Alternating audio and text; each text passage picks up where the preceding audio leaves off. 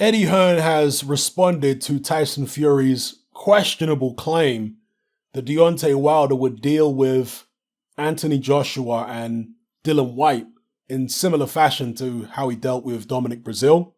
So Hearn has reacted to that by saying that Dillian Whyte would destroy Deontay Wilder and Joshua would KO Wilder with ease. Again, to reiterate, I think both claims by Fury and by Hearn are a little dubious. Now, at the end of the day, until those fights happen and those guys get in the ring, then we won't know. Me saying it's dubious is just my opinion. I could be wrong. But let me quote Eddie Hearn anyway. So he said, quote, Wilder beats Joshua, Whyte Miller, this is the Gypsy King. He said, Wilder beats Joshua, Whyte Miller. Are you joking? The Bronze Bomber, one touch on their faces and they're gone forever.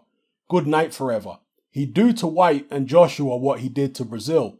He will put them to sleep easy. They've got no defense. Walk down punches. What are they going to do? Walk him down with no footwork? You won't walk a man like that down. He'll punch holes in you. There'll be 44 and 45 on his record. I definitely back Wilder to knock the pair out. So those are the words of the Gypsy King. And Eddie Hearn responded by saying the following. He said, quote, you can't take what Tyson says seriously. Most of the time he's just having a laugh. He's just trying to provoke a reaction. If that's what he thinks maybe is right, I don't think he's right. I think Dillian Whyte destroys Deontay Wilder, and I think AJ absolutely takes him to school and knocks him out with ease in a couple of rounds. But he's dangerous, and Tyson Fury done a great job dismantling him. Hopefully he does the same in the rematch, end quote.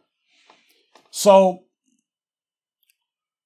as Dillian Whyte said in a recent interview, Tyson Fury is trying to bolster his own record and his own achievements by making Deontay Wilder out to be the most dangerous fighter in the world and one of the most dangerous fighters in history. And how do I know this? Well, because Tyson Fury said this himself before the Deontay Wilder rematch. He said, I want everybody to say that Wilder is the most dangerous puncher of all time and all this kind of business because it makes my victory over him look better. Yeah? So Fury said this out of his own mouth. So it's not me, speculating or anything like that. It is exactly what Tyson Fury is doing.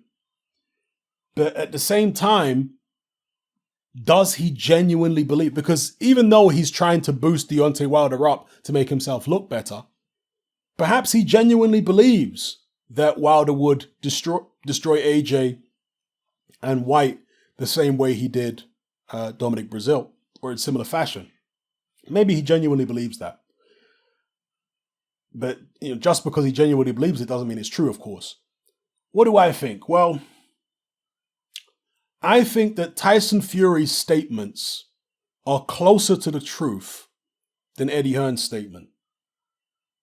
I think that there's more chance that Wilder wipes out, AJ and Fury in a similar fashion. AJ and Whyte in a similar fashion to how he did Breazeale. I think there's more chance of that happening than Dillian Whyte just destroying Wilder and AJ destroying Wilder in a couple rounds. Just based on styles make fights. So, with AJ, we know he's fragile, although he does have a lot of ability. In terms of him versus Wilder, a lot of it is going to come down to where AJ's confidence is at and where Wilder's confidence is at. Will Wilder fight Fury again? What's the result of that fight going to be? Is it a fight where Wilder's going to be redeemed or completely destroyed? See, this is the thing when you're trying to envision AJ versus Wilder, you have to think of it in the context of what Wilder's going to be like after his next fight. And so he won't know until that fight happens. If Wilder gets destroyed by Fury and his confidence really is rock bottom, and then let's say AJ comes through the Pulev fight and looks good, then you match the two of them together, you're probably going to go with AJ, right? Same thing with Dillian Whyte. If Wilder gets destroyed again, even though,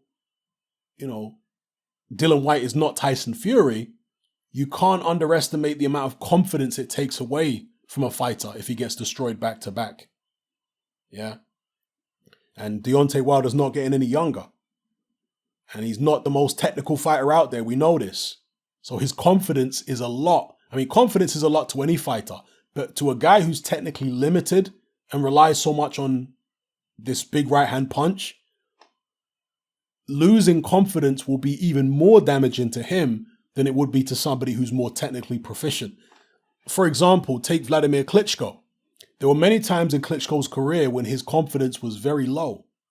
But because he had this superior technical ability, he was able to get through certain fights even when he wasn't confident.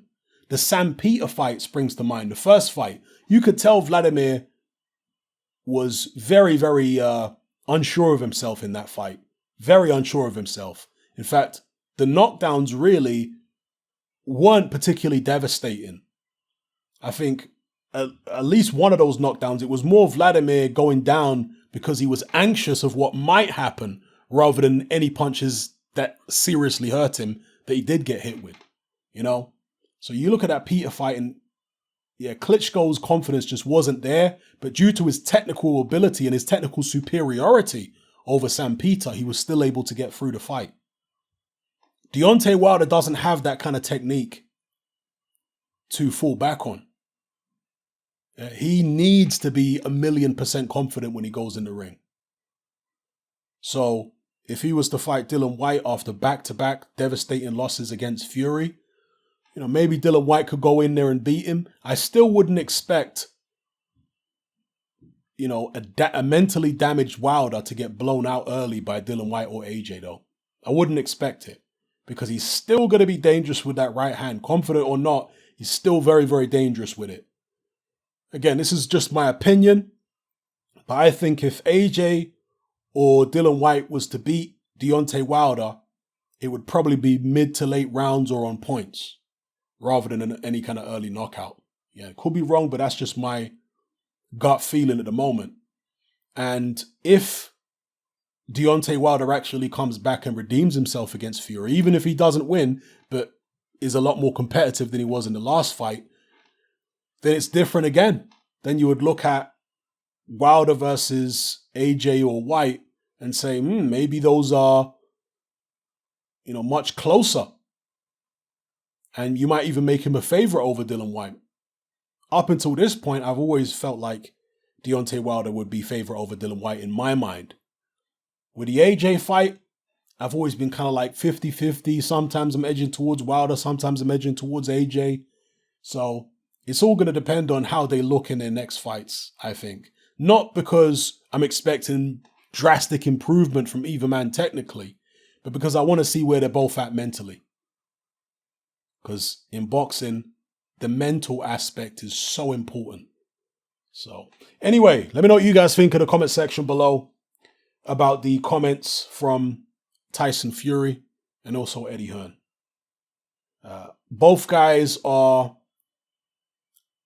going a little overboard, I think, for obvious reasons. Tyson Fury wants to hype up his own record, and Eddie Hearn wants to hype up his fighters in Anthony Joshua and Dillian Whyte. So it is what it is. Let me know what you guys think in the comment section below. It's happening about. Join me on Patreon. I upload a minimum of 2 podcasts every single week, covering a wide variety of controversial topics, as well as live stream Q&A sessions. Take a look on screen right now at some of the podcasts I've produced so far. For just $3 a month, the equivalent of about £2 a month, you get access to all my new podcasts and my entire back catalogue of past podcasts, including my popular Confessions of a Nightclub Bouncer series. You can listen on your computer or on your smartphone or tablet by downloading the Patreon app from the Google Play Store or the App Store for free. The Patreon app also allows you to download each podcast in MP3. For less than the price of a cup of coffee, you get access to dozens of hours of exclusive content. It's easy to sign up, there's no contract, and you can cancel at any time. So come and join our community of free and critical thinkers by signing up with me here on Patreon today.